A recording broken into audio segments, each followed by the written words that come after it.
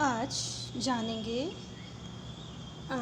इस IR spectra के बारे में। पिछली बार हमने देखा था कार्बोनिल कंपाउंड्स का आईआर स्पेक्ट्रा। आज हम बात करेंगे कार्बोनिल कंपाउंड्स में एल्डिहाइड्स और कीटोन्स के बारे में। ये हम यहाँ पे देख रहे हैं, एक एल्डिहाइड और एक कीटोन, इनका ये आईआर स्पेक्ट्रा है और दोनों को हम कैसे डिफ्रेंशिएट करें ये देखेंगे। यहाँ हम देखें तो 3000 वाली जो रेंज है ये वाली, यहाँ पर हमें 3000 वाली रेंज में ये CH स्ट्रेचिंग के बैंड्स हमें मिल रही हैं। सिमिलरली हमें यहाँ देखते हैं तो कीटोन्स में भी हमें इसी रेंज में, जैसे हमने एल्डिहाइड्स में देखा था, बिल्कुल इसी तरह से कीटोन्स में भी हमें यहाँ पर देखने को मिल रहे हैं CH स्ट्रेचिंग बैंड्स। इनके साथ ही अगर हम अपर वाले में देखें, एल्डिहाइड वाले, ये एल्डिहाइड का है, अगर हम इसमें देखें आईआर स्पेक्ट्रा में, तो in addition of CH stretching हमें बिल्कुल इसके पास में ही 2820 और 2720 पे ये दो पीक्स हमें देखने को मिल रही हैं। और ये दोनों पीक्स जो हैं इसके बेस पे हम डिफ्रेंशिएट कर सकते हैं एल्डिहाइड को कीटोन से। यानी कि एल्डिहाइड्स में हमें CH स्ट्रेचिंग मिलेगी जो कि कीटोन्स में भी मिलेगी।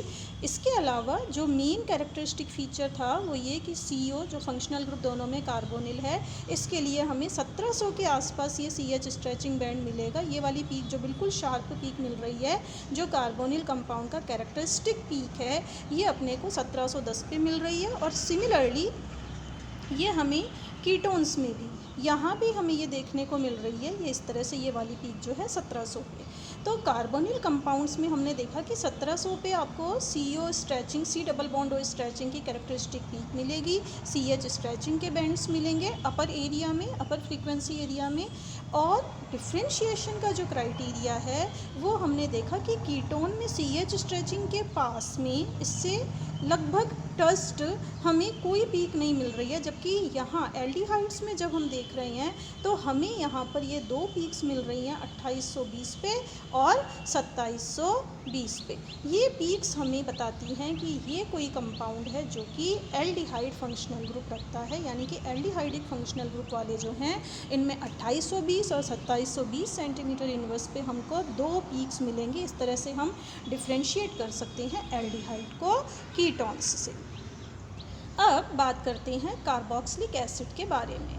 कार्बोक्सिलिक एसिड में ये कार्बोक्सिलिक एसिड का आईआर स्पेक्ट्रा है। यहाँ हम देख रहे हैं कि ये काफ़ी ब्रॉड सी पीक मिल रही है।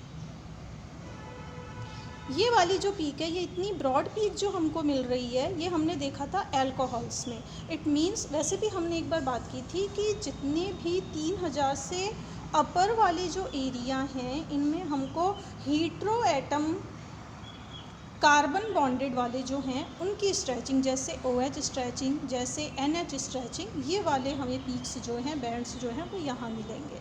तो ये वाली जो पीक है जो हमने ये देखी अभी सर्किल में जो है ये वाली, तो ये OH स्ट्रेचिंग है, जैसा कि हमने अल्कोहल्स में देखा था, काफ़ी ब्रॉड सी पीक है। और इसके साथ ही ये जो स्मॉल, ये छोटा सा जो आ रहा है, ये है CH स्ट्रेचिंग के लिए।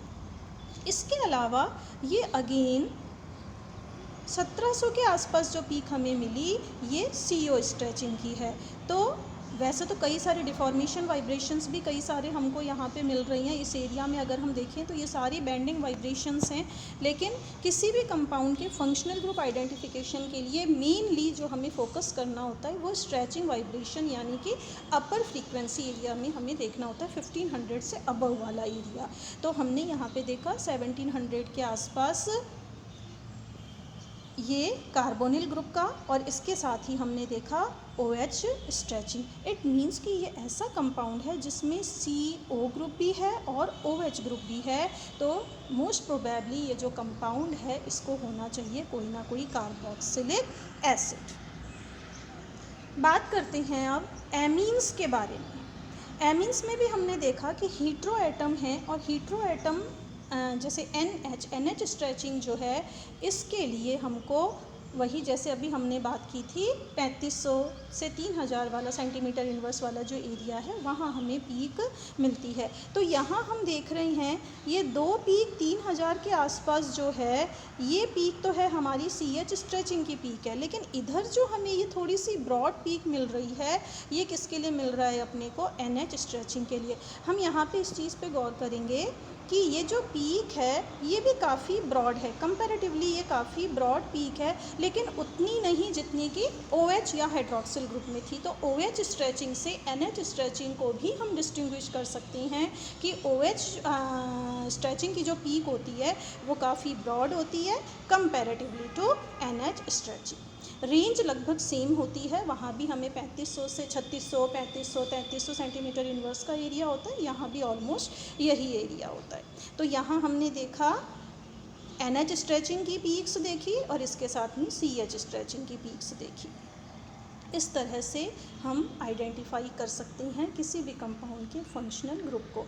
एमाइड्स के बारे में, अमीन्स में हम एक चीज़ और देखना चाहेंगे यहाँ पर, किस तरह की एमीन है, आइदर प्राइमरी, सेकेंडरी और टर्शियरी, इसे भी हम इजीली आइडेंटिफाई कर सकते हैं इसके IR स्पेक्ट्रा के बेस पे। जो प्राइमरी एमीन है उसमें NH स्ट्रेचिंग की जो पीक है वो हमें दो पीक्स मिलेंगी, इसलिए मिलेंगी क्योंकि प्राइमरी एमीन में जो फंक्शनल ग्रुप है दैट इज़ NH2, तो हमें वहाँ पर NH स्ट्रेचिंग की दो पीक्स मिलेंगी जो कि समहाउ हम कह सकते हैं कि मोलर टीथ की तरह है उसकी शेप होगी।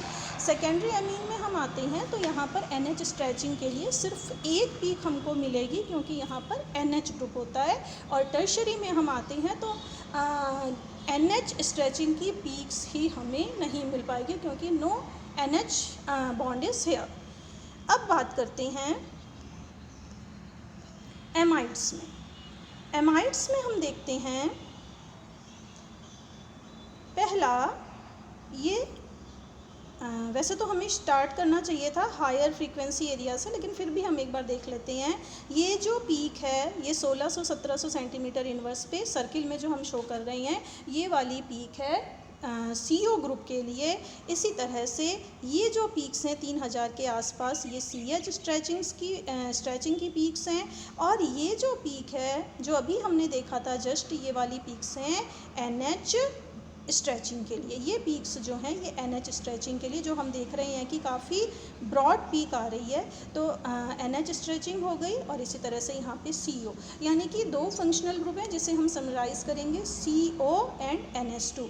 इट मीन्स कि ये कोई ऐसा कंपाउंड है जिसमें CO ग्रुप भी है इन एडिशन ऑफ NH2, यानी कि most probably the functional group should be CO NH2। तो एमाइड्स के लिए हमें इस तरह से IR स्पेक्ट्रा मिलता है। Thank you.